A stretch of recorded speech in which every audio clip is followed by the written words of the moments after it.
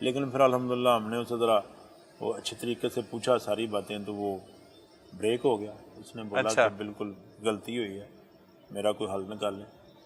ٹھیک ہے, ہم نے کہا کوئی بات نہیں, آپ بتائیں ساری بات, ہم حل نکال لیں گے. تو پھر اس نے وہ ساری کہانی ہمیں سنا دی. اچھا, وہ کیا کہانی سنائی؟ اس نے کہانی یہ سنائی کہ میری اور شادیہ کے مابین ہم نے بیٹھ کے ایک سازش تیار کی, ٹھیک ہے, کہ اس کا خاتمہ کرتے ہیں تو اس میں ہماری بھلائی ہے. اس میں وجہ کیا تھی؟ وجہ کیا تھی؟ اس کی انشورنس ہے. اچھا, اس کی انشورنس تھی مقتول کی؟ انشورنس بھی ہے. اچھا, 2 کروڑ کے لگ بھگ. اچھا, جو انہوں نے اب تک بتایا. اور اس کے بعد اس کی ساری انویسٹمنٹ بھی اس کی طرف تھی.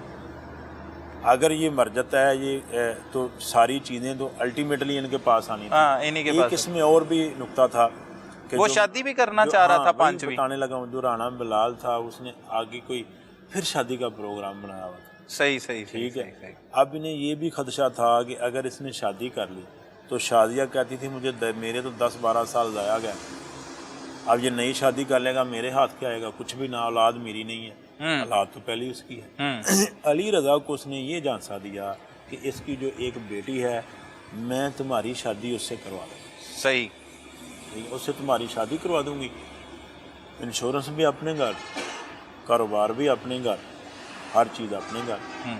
پھر انہوں نے پلاننگ کی, انہوں نے وہ نشہ آور گولیاں لیں, وہ کھانے میں ڈال کے اس کو کھلائی. شادیاں نے کھلائی؟ شادیاں نے کھلائی. ٹھیک ہے. اس کی طبیعت خراب ہوئی 1:30-2 بجے کے قریب.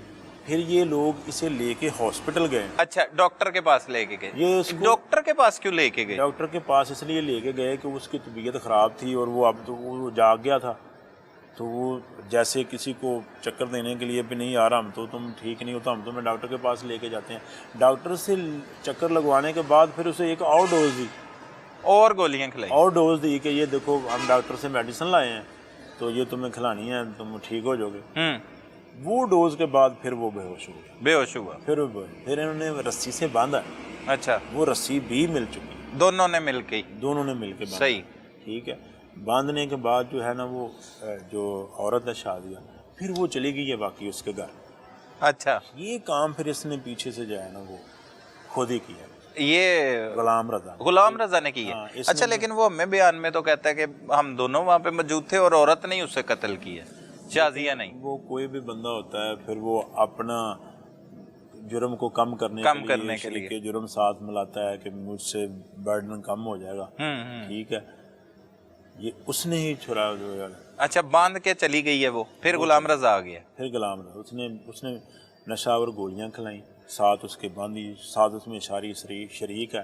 بچنا تو اس نے بھی نہیں, لیکن وہ کریکٹرائز جتنا ہے ان کا وہ اسی طرح ہے. پھر اس نے اس کا گلا کاٹا, شارک کاٹی.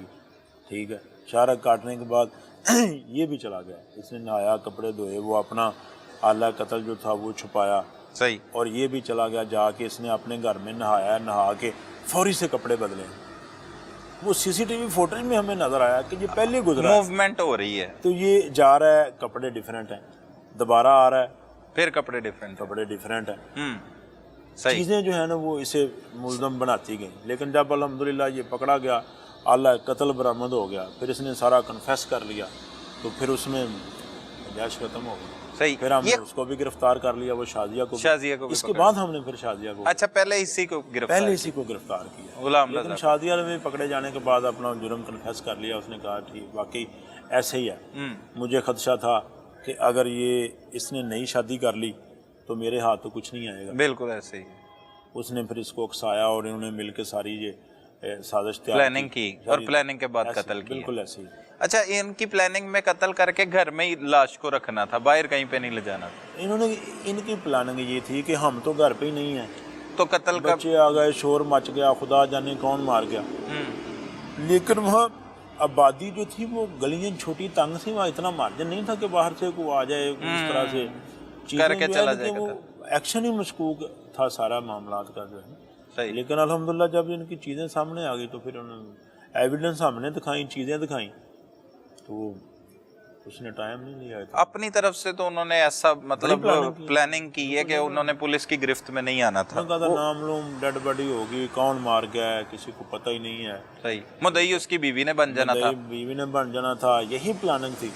مدعی بیوی بن جائے گی, بعد میں وہ بیان دے دے گی. بیان کیا اس کو پتہ ہی نہیں ہونا کسی نے کیا ہوا ہے کیا نہیں. لیکن الحمدللہ وہ یہ سوچ رہے تھے, ملزم سے بات ہوئی ہے کہ اس کا یہ کہنا تھا کہ پکڑے جانے کا تو خوف ہی نہیں تھا نا انہیں. ایسے ہی بالکل نہیں خوف تھا. وہ کہتے ہیں کہ ہمارے گمان پہ بھی نہیں جاتا, ہم بڑے پریشان ہیں کہ آپ نے ہمیں پکڑ کیوں لیا. ہم تو اس معاملے میں بالکل بے خوف تھے. ہمیں کوئی پوچھے گا, ہمارا تو وہ اپنا تھا. ان کو یہ تھا ہمارا تو وہ اپنا ہے, ہمیں کون پوچھے گا یار یہ تم نے کیا. صحیح ہے. ڈرامہ کیا ہمارے ساتھ بھی, آپ زیادتی کر رہے ہیں, دیکھیں ہمیں پکڑ رہے ہیں, ہمارا تو باپ تھا, ہمارا پارٹنر تھا, ظاہری سی بات ہے. کیسا ظلم ہے, دیکھیں جی بندہ بھی ہمارا مرا اور آپ ہمیں ہی پریشان کر رہے ہیں. لیکن وہ ایک ٹائم لمٹ تھی, الحمدللہ